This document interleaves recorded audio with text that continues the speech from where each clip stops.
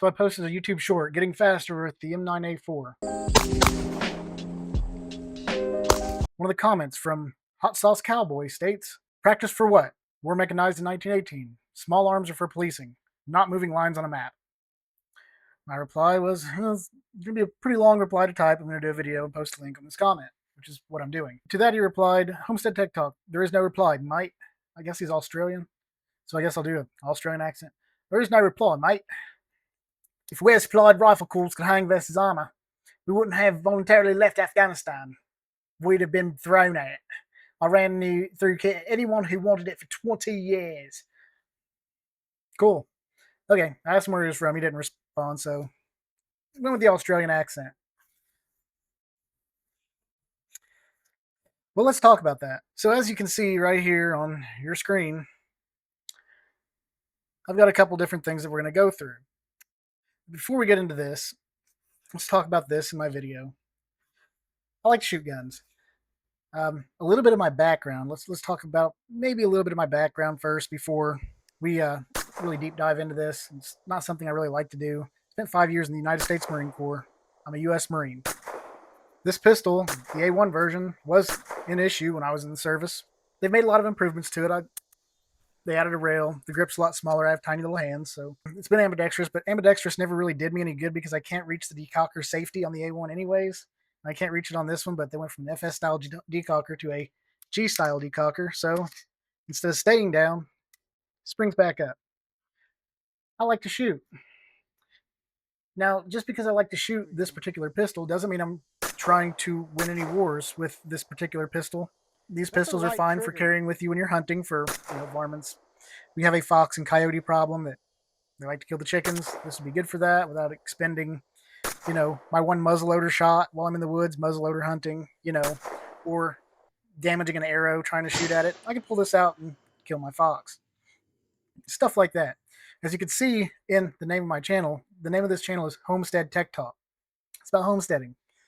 And in order to homestead, it's really recommended that you have firearms for defense, getting rid of varmints, predators, stuff like that. And this would be a great gun for home defense.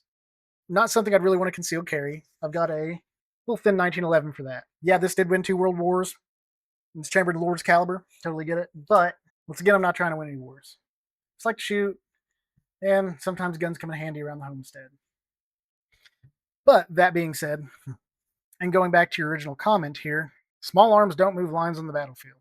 Well, in a lot of wars nowadays, there aren't lines on a battlefield to move. You brought up Afghanistan. There wasn't a lot of lines on the battlefield to move. We could control 100% of that country about 50% of the time. And we had a group of insurgents that would constantly fuck with us, plant IEDs, blow our shit up, and take pot shots, right? And I know you said that wasn't effective, but that largely led to our voluntary drawdown out of Afghanistan. But let's make a hypothetical situation. Civil War in the United States. We'll do that one. Do you think civil war in the United States is going to involve rolling tanks down the road? What are the logistics behind rolling a tank down the road? Do you know how much fuel an M1 Abrams burns?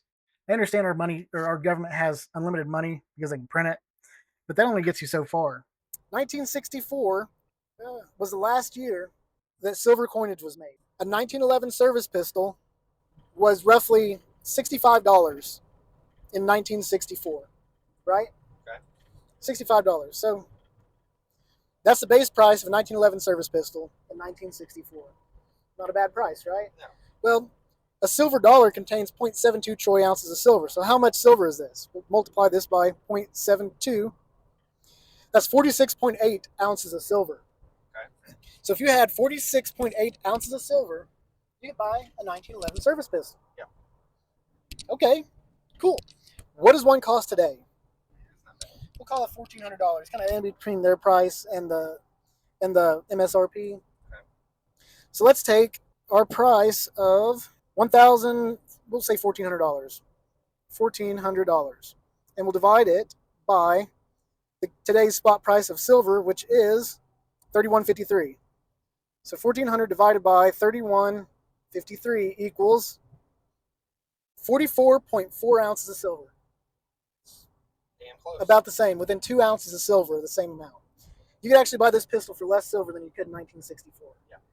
But why does it cost $1,400 versus $65? Inflation. Inflation. Because the price of silver didn't go up, the buying power of the dollar went down. That's how that works. And you can do this with literally fucking anything. One. Two, you have to think of the logistics of this. Modern roads aren't meant to have tanks roll down them. That's why we transport tanks on trains or trucks. You name it. You don't see tanks rolling down the road because tanks damage the road. And then you have to go and you have to have a road crew go fix the roads after you fucked all the roads up with tanks. Nobody wants to deal with that. Our government doesn't want to deal with that. Our government can't maintain the roads right now, let alone after fucking them up with tanks. Aircraft and drones. Cool, I'll give you that. Right now, United States government, President Donald J. fucking Trump, if he wanted to, could send some fucking drone over top of my house and some fucking private in the Air Force could hit a button, launch a Hellfire missile, and hit my house and blow me and my family up. It could totally happen. But you know what's going to happen when that happens? It's going to damage the neighbor's house.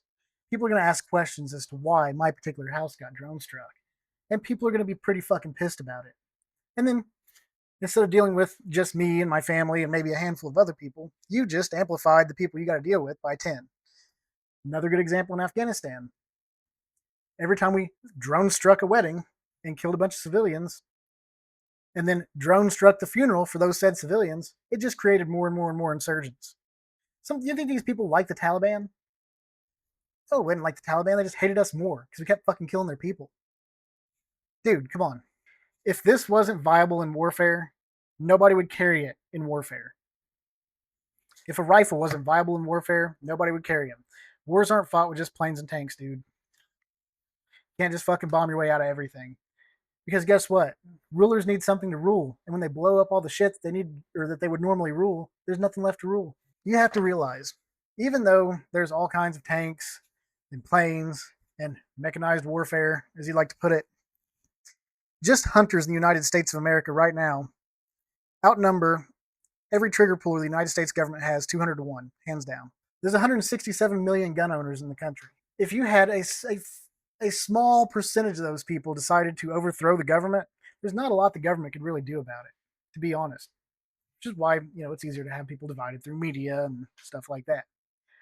But that's kind of beside the point. Let me give you a few examples of this. So, one of the most notable examples would be the Warsaw Ghetto Uprising of 1943, where a handful of Jews held off the entire German army for roughly 28 days, sustained heavy casualties. Yes, everybody died, but the Germans got pretty fucked up too. And nobody really knows the official reports of the German deaths. There's German numbers on that, but I know the United States military pads numbers all the time. Who's not to say that the Nazis didn't pad the numbers? Who knows? Let's talk about the Viet Cong. We had about 500,000 troops, 900,000 Allied forces in Vietnam. 1968, it's estimated approximately 80,000 Viet Cong fighters launched counterattacks in more than 100 towns. The Tet Offensive was not super successful, but it was a pretty big step, and it definitely turned the tide in the war as far as public opinion goes. And you have to understand that wars get lost when public opinion gets lost. And that's why it's typically said that, one of the first casualties of war is the truth. Well, the truth gets out about a lot of stuff, public opinion tends to change, and then you run into problems. So let's see here. 80,000 Viet Cong fighters launched coordinated attacks in more than 100 towns. Offensive resulted in devastating losses for the Viet Cong, after which the ranks were largely filled with North Vietnamese soldiers. Yada, yada, yada. But the fact of the matter is, before we go there, IRA, that's another good one. It's estimated around 10,000 members of the IRA total in 20 years during the Troubles. I think at peak numbers during the height of the Troubles, there might have been maybe 300 active IRA members that were going out and fucking up the SAS units. And they did a pretty good job at fucking up the British government there for a while. And they did it in a place where it was frowned upon to own firearms. They literally hit these dudes with in the kneecaps with drills and drill bits, shit like that, and build bombs. They're really noted for building bombs. And guess what? Yeah, this is great, but so are bombs, and bombs are really easy to build. You can make a bomb out of your own piss if you know what you're doing. So I guess the whole point of this video and this response is don't underestimate the power of unconventional warfare, asymmetrical warfare, because public opinion does have a lot to do with it. And yeah, you can go drone strike people too. Oh yeah, that was my last point. by the way. My day job is an infrared thermographer. I know a lot about thermal imaging. I do it for a living. I take pictures of electrical equipment, as you can see here, with infrared cameras. So, that being said, I also got experience with thermal imaging while I was in the Marine Corps. They have them on pretty much every aircraft. The point of this is you can only see what you would typically see through heat. Did you know you can't see through windows with thermal imaging because glass is thermally opaque? It might look reflective, but really, realistically, you're only getting about maybe 35% reflectivity, and the rest of it is just opaque. You know what else you can't really see people through thermal with? If they're in the woods, under trees, under a tree canopy. A tree canopy will obscure your view of somebody under thermal. So will rocks. You literally hide under a rock. So will water. There's a whole YouTube channel called Falcon Claw where you might want to watch that, and he does a pretty good job of showing you what does and does not work for thermal. Also, I believe Grand Thumb might have done a video on drone evasion. Like, mechanized warfare isn't the end all be all. You still need people with these and rifles to go in and surgically remove certain people because you can really piss off the entire population of people if you just start fucking them up for no reason. And you better believe if tanks start rolling down the road out there, somebody is going to be out, digging some holes, dropping some potassium chlorate based bombs in them, stuff like that. Something to think about. Have a good one.